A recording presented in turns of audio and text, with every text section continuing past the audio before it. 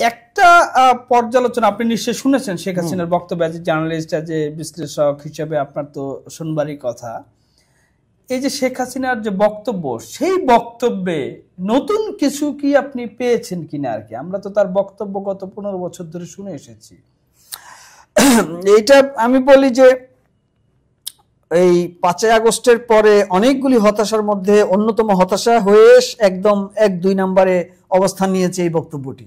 আচ্ছা, শেখ হাসিনার এই বক্তব্যটি আমি আগেই বলেছি যে গোটা দেশের মানুষ কিন্তু মানে অধীর আগ্রহে অপেক্ষা করছিল। বন্ধু, পক্ষ বিপক্ষ প্রতিটা লোক শোনার চেষ্টা করেছে, প্রতিটি লাইন, প্রতিটি এক্সপ্রেশন, মানে কি বলেন উনি, বা ওনার বোধোদয় কি, বা ওনার রিয়েলাইজেশনটা কি, এত বড় একটা পরাজয়, মানে এত বড় এমন একজন রাজার এমন একটি পরাজয়, সেটা উনি কিভাবে রিঅ্যাকশনটা। এর আগে ওনার কল রেকর্ড ফাঁস হয়েছে, সেগুলি আসলে কল রেকর্ড ফাঁস একেবারে পার্সোনাল জায়গা থেকে, এটা তো অর্গানাইজড, বা উনি এটা পার্সোনাল জায়গা থেকে কথা বলেছেন, সেটাকে আমি কাউন্ট না করি। কিন্তু এটা তো পাবলিক বক্তব্য এবং অফিসিয়ালি তার ওপেনিং বক্তব্য বলা যায়।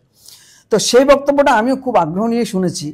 আমার কাছে মনে হয়েছে জাস্ট মানে সেটা সার্জিস আলম বলেন, হাসনাত আব্দুল্লাহ বলেন, মাহফুজ আলম বলেন, এই বৈষম্য বিরোধী বিপ্লবের যে নেতাদের যে টোন, যে বক্তব্য, আমার কাছে মনে হচ্ছে শেখ হাসিনা জাস্ট ডাবিং করছেন।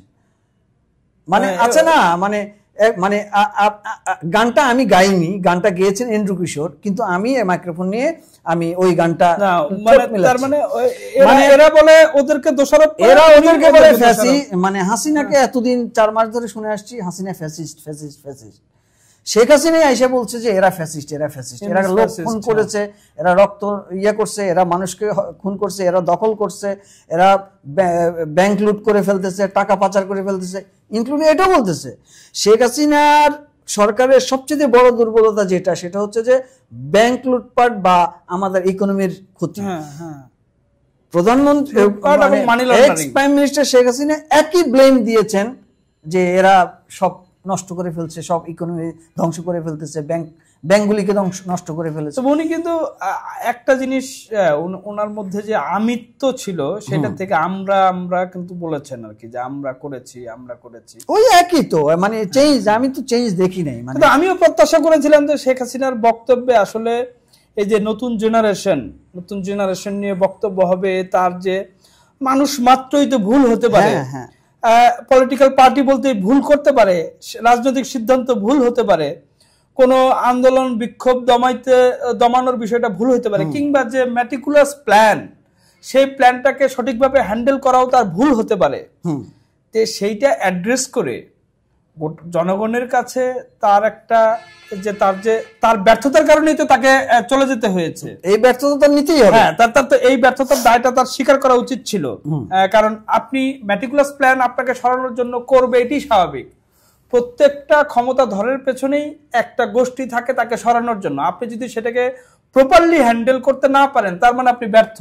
আপনার গোয়েন্দা ব্যর্থতা, আপনার প্রশাসনিক ব্যর্থতা, তাহলে এই ব্যর্থতাগুলো তো আপনার স্বীকার করতে হবে। এবং এই ব্যর্থতার কারণে যে সংঘাত তৈরি হয়েছে, সেই সংঘাতে তো কিছু মানুষ মারা গিয়েছে। এখন সকল হয়তো আপনার পক্ষের যে আপনার আইন শৃঙ্খলা বাহিনী ছিল, তারা গুলি চালিয়েছে, এটা তো সত্য, আমরা নিজের চোখে মাঠে উনি দিয়েছেন।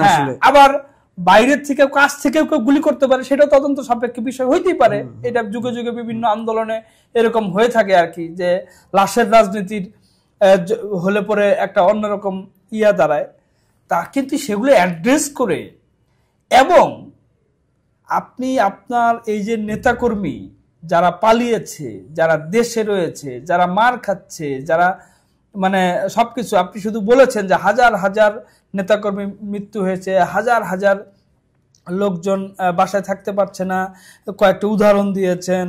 কিন্তু তাদের কিভাবে সংগঠিত করা যাবে, বা কিভাবে তারা আবার পুনরুজ্জীবিত হবে, বা আপনার রাজনৈতিক যে একটা ঘরানায় ছিল, সেই ঘরানার থেকে বেরিয়ে নতুন রাজনৈতিক কোনো প্ল্যান আপনার আছে কিনা, সেরকম